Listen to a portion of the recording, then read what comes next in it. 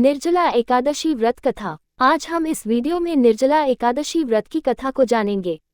जब वेद व्यास ने पांडवों को चारों पुरुषार्थ धर्म, अर्थ, काम और मोक्ष देने वाले एकादशी व्रत का संकल्प कराया था, तब युधिष्ठिर ने कहा, जनार्दन, ज्येष्ठ मास के शुक्ल पक्ष में जो एकादशी पड़ती हो, कृपया उसका वर्णन कीजिए।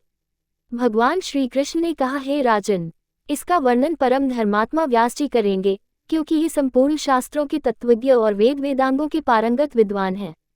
तब वेद व्यास जी कहने लगे, कृष्ण और शुक्ल पक्ष की एकादशी में अन्न खाना वर्जित है। द्वादशी को स्नान करके पवित्र होकर फूलों से भगवान केशव की पूजा करें, फिर पहले ब्राह्मणों को भोजन देकर अंत में स्वयं भोजन करें। ये सुनकर भीमसेन बोले, परम बुद्धिमान पितामह, मेरी उत्तम बात सुनिए। राजा युधिष्ठिर, माता कुंती, द्रौपदी, अर्जुन, नकुल और सहदेव ये एकादशी को कभी भोजन नहीं करते तथा मुझसे भी हमेशा यही कहते हैं कि भीमसेन एकादशी को तुम भी न खाया करो, परंतु मैं उन लोगों से यही कहता हूँ कि मुझसे भूख नहीं सही जाएगी। भीमसेन की बात सुनकर व्यास जी ने कहा, यदि तुम नरक को दूषित समझते हो और तुम्हें स्वर्गलोक की प्राप्ति अभीष्ट है और तो दोनों पक्षों की एकादशियों के दिन भोजन नहीं करना। भीमसेन बोले, महाबुद्धिमान पितामह, मैं आपके सामने सच कहता हूँ, मुझसे एक बार भोजन करके भी व्रत नहीं किया जा सकता, तो फिर उपवास करके मैं कैसे रह सकता हूँ। मेरे उदर में वृक्क नामक अग्नि सदा प्रज्वलित रहती है, अतः जब मैं बहुत अधिक खाता हूँ तभी यह शांत होती है।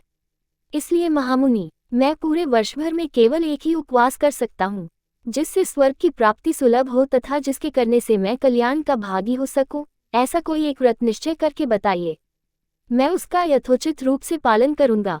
व्यास जी ने कहा, भीम, ज्येष्ठ मास में सूर्य वृष राशि पर हो या मिथुन राशि पर शुक्ल पक्ष में जो एकादशी हो, उसका यत्नपूर्वक निर्जल व्रत करो। केवल कुल्ला या आचमन करने के लिए मुख में जल डाल सकते हो, उसको छोड़कर किसी प्रकार का जल विद्वान पुरुष मुख में न डालें, अन्यथा व्रत भंग हो जाता है। एकादशी को सूर्योदय से लेकर दूसरे दिन के सूर्योदय तक मनुष्य जल का त्याग करे तो यह व्रत पूर्ण होता है। इसके बाद द्वादशी को प्रभातकाल में स्नान करके ब्राह्मणों को विधिपूर्वक जल और सुवर्ण का दान करे।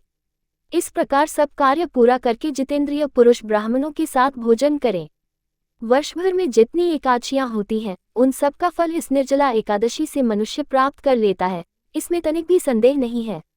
शंख, चक्र और गदा धारण करने वाले भगवान केशव ने मुझसे कहा था कि यदि मानव सबको छोड़कर एकमात्र मेरी शरण में आ जाए और एकादशी को निराहार रहे तो वह सब पापों से छूट जाता है।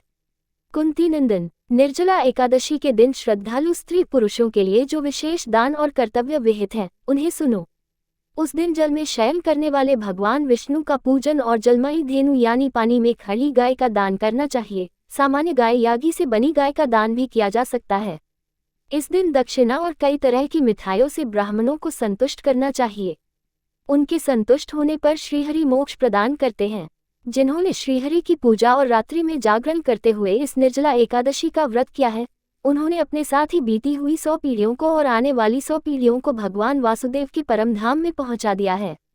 निर्जला एकादशी के दिन अन्न, वस्त्र, गौ, जल, शया, सुंदर आसन, कमंडलू तथा छाता दान करने चाहिए।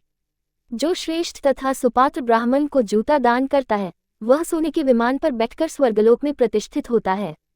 जो इस एकादशी की महिमा को भक्तिपूर्वक सुनता अथवा उसका वर्णन करता है, वह स्वर्गलोक में जाता है।